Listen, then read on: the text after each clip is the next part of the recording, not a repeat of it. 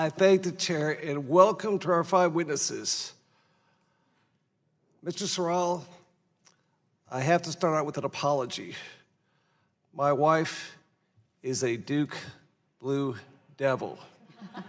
And that means that I have to inform you that on February 8th of this year, her Devils will go down to your Dean-Dome and put a whooping on your Tar Heels to be repeated next month on March 7th at Duke Cameron Stadium. Sorry, just the way it is. Willing to wager barbecue. And that's why I'm in my 27th year of marriage and my 6th term in Congress. Texas 22 is a booming suburb of Houston, Texas. We're the most diverse county in America, ethnically. We have the richest population per capita of 254 counties in Texas. That means you would think we are preparing for 5G and looking forward to 10G in the future. Access to internet is for everybody in Fort Bend County.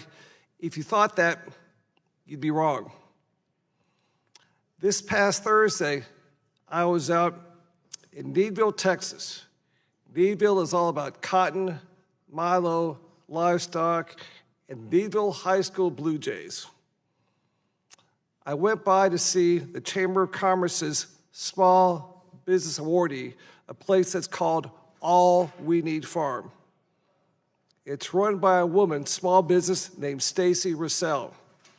She makes ice cream popsicles with goat milk from Nubian and Angora goats. She quit her job as a CPA in 2000 to pursue her dream of making these popsicles. She bought her first herd 8 years later in 2008. She and her husband were so good, in 2017, they won the American Dairy Goat Association product competition. The best goat milk popsicles in the entire country came from Needville, Texas. Stacy's problem is she has no real access to the internet. On her street, her neighbors were there a long time before she was. They have cable access to internet. She has none of that cable. She can't convince somebody to come out and put that cable down. Satellites are too expensive, and maybe there's a problem with latency issues. So my question, Dr. Layton, is how can Stacy break through and have internet access so she can thrive and grow her business? Any thoughts, ideas, barricades, DC? This is in her location where she's in this part of... Yes, yep. On a rural road there, again, the neighbors had, because they were there like 10 years, 20 years before her. They got cables laid. She can't get somebody to help her out. Again, satellites are too expensive for her right now. She has to grow her business. She can't do that until she gets that access. Right. Well, I'm not familiar with the requirements for deployment in this particular part of Texas. I'd have to look into it. What I am encouraged to see is that, for example, I'm very excited about the new high-throughput satellites, which are 100 megabit per second. They are online to come online, I think, in less than a year.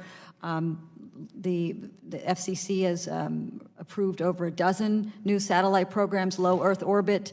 These should not be laughed at. They're very serious. They're being used around the world. I think that's a big deal. I would just come back to what regulatory barriers are there. I mean, and hats off to this woman for pursuing her dream. Yes, ma'am. Ms. Sohn, you want to add to that? Yes. This would be the perfect place for communities to build their own broadband. And unfortunately, in Texas, is one of 19 states that prohibits their local communities from building broadband. I have cousins who live in Dallas. I often visit Austin, and I get similar complaints about the lack of broadband in places where you think it would be. And that's why community builds are so critically important, and why Congress should prohibit those kind of prohibit states from stopping communities from deciding whether or not to serve people like your friend. Mr. Sorrell? And small business adoption and programs, and also grants to small businesses. We had a program in North Carolina that allowed some manufacturing facilities to hook up to fiber, provided a grant, and they've expanded their operations and communicate with customers in China. So we need that too. Final question for you, Dr. Layton. This is on NFL neutrality. January 6th of 1980, Houston Oiler Mike Renfro scored a touchdown in Three Rivers Stadium that was denied.